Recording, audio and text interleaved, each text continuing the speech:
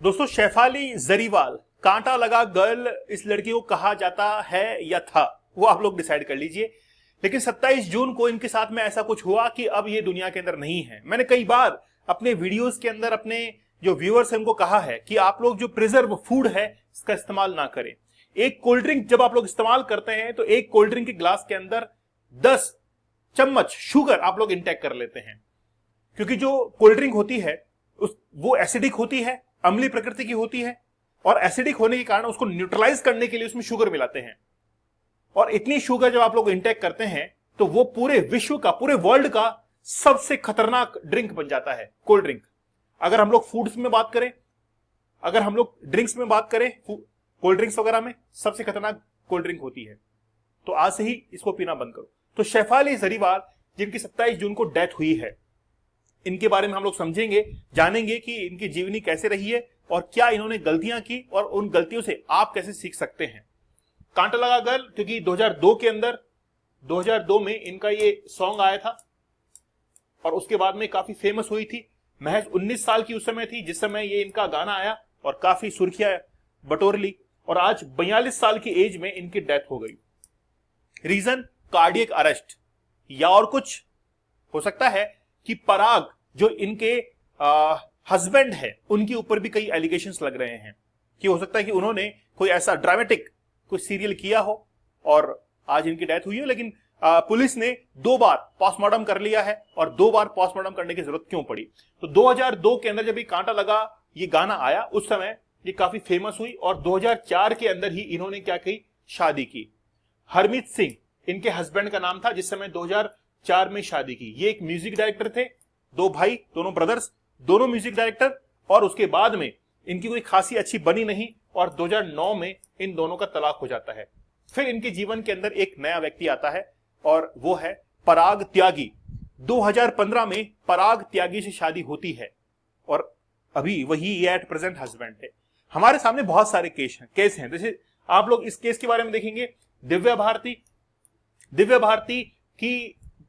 का जो जन्म है 1974 के अंदर हुआ, और 1993 के अंदर महज और महज आप ये देखिए उस समय 19 साल की एज में इनकी डेथ हो गई, केवल 19 साल की एज में। और आज इनकी डेथ को 32 साल हो चुके हैं। क्यों हुई पता नहीं, कार्डियक अरेस्ट बताया जाता है। फिर उसके बाद में दिशा सालियान, और इनकी जो डेथ है वो भी काफी कम उम्र में होती है और ये भी कार्डियक अरेस्ट बताया जाता है। ठीक है। सिद्धार्थ शुक्ला जिनकी जो डेथ है वो 31 साल की एज में हो जाती है, और सिद्धार्थ शुक्ला की मुलाकात बिग बॉस 13 के मंच पर होती है शेफाली जरीवाल से, जो कि कांटा लगा गर्ल है। दोनों की अच्छी मुलाकात थी और काफी अच्छी दोस्ती भी थी। लेकिन आज सिद्धार्थ शुक्ला जो है वो आज हमारे बीच में नहीं है, इनको भी कार्डियक अरेस्ट हुआ। अब बात यह है कि आखिरकार शेफाली जरीवाल की डेथ क्यों हुई। इनकी डेथ होती है 27 जून को, और जिस समय ये कूपर हॉस्पिटल में ले जाई गई उसके बाद में डॉक्टर्स ने कहा कि ये ऑलरेडी डेड हो चुकी हैं। 2 बार पुलिस ने पोस्टमार्टम करवाया, और पोस्टमार्टम में क्या निकला? पोस्टमार्टम में ये निकला कि पिछले कुछ समय से शेफाली जरीवाल एंटी एजिंग और विटामिन की गोलियां जो है वो ले रही थी। अब इससे प्रॉब्लम क्या होता है कि इसके अंदर होता है हाई स्टेरॉइड्स। जैसे आप लोग कई बार यूज करते हैं, सप्लीमेंट्स का यूज करते हैं, जैसे कई बार आप लोग एंटीबॉडीज वगैरह का यूज करते हैं ना यूज। आप लोग कहते हैं कि ठीक है मेरे को इसमें एंटीबायोटिक भी दे दीजिए, ये भी दे दीजिए, ये मेडिसिन दे दीजिए। कई बार हम लोग स्किन को साफ करने के लिए कुछ क्रीम्स लगाते हैं, उसमें भी स्टेरॉइड्स होते हैं। तो आजकल हर मेडिसिन में मैक्सिमम जो आपको कम समय में रिजल्ट देती है उसमें स्टेरॉइड्स होते हैं।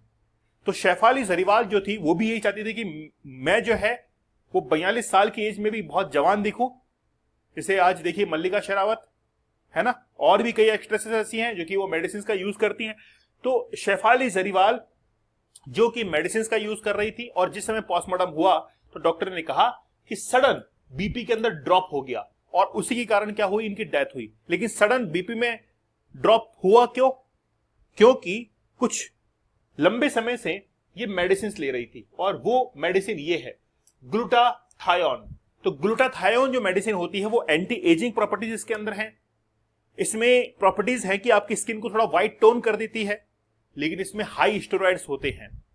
अब लगातार ये आपके ब्लड के साथ में मिक्स हो रही थी और वो हार्ट तक पहुंच रहा था ब्लड, और हार्ट जब उसको पंप कर रहा था, हार्ट एक बार में 70 ml ब्लड को पंप करता है, और जब वो प्रॉपर पंप नहीं कर पाता तो लो बीपी जो है वो हो जाता है। अब डॉक्टर ने ये कहा कि इनकी दिनचर्या अच्छी थी, काफी अच्छी एक्सरसाइज कर रही हैं, योगा कर रही हैं, शरीर फिट है, लेकिन बाहर से शरीर फिट दिख रहा था, अंदर से शरीर जो है धीरे धीरे खराब हो रहा था। अब जिस दिन इनकी डेथ हुई उस दिन उन्होंने इसी टैबलेट को खाली पेट ले लिया और ओवर ले लिया।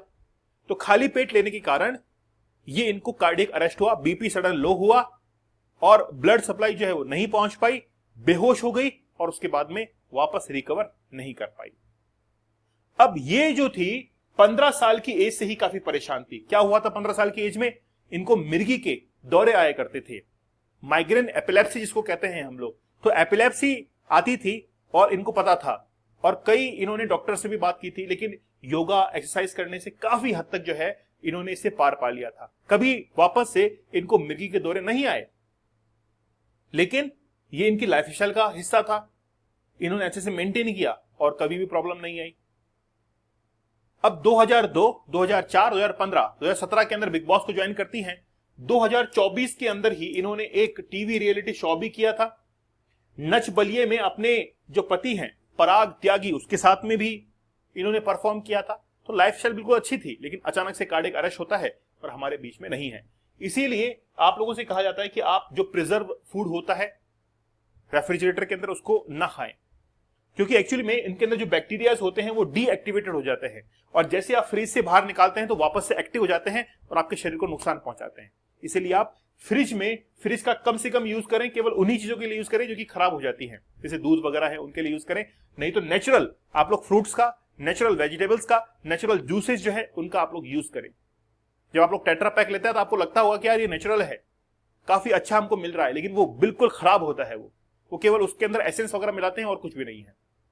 इसीलिए मेरा आप लोगों से कहना है कि आप लोग जरूर जो है इनको अवॉइड करें। जब भी आप लोग जिम में एक्सरसाइज कर रहे हैं तो एक्सरसाइज करते वक्त हैवी एक्सरसाइज ना करें, नेचुरल जो एक्सरसाइज होती हैं उनको ही आप लोग अपने जीवन के अंदर इंक्लूड करें। तो शैफाली जरीवाल आज हमारे बीच में नहीं है, लेकिन उनसे हम लोग आज कुछ सीख सकते हैं कि हमको लोगों को कभी भी ये जो स्टेरॉइड्स होते हैं इनको यूज ना करें, इनसे दूर रहें और लाइफस्टाइल को अच्छा रखें। ठीक है, आप लोगों का क्या मानना है, आखिरकार डेथ क्यों हुई? आगे जाकर और भी हो सकता है कोई नया राज खुले तो हम आपको और बताएंगे। तो मिलते हैं आप लोगों से अगले सेशन में, तब तक धन्यवाद, थैंक यू, जय हिंद।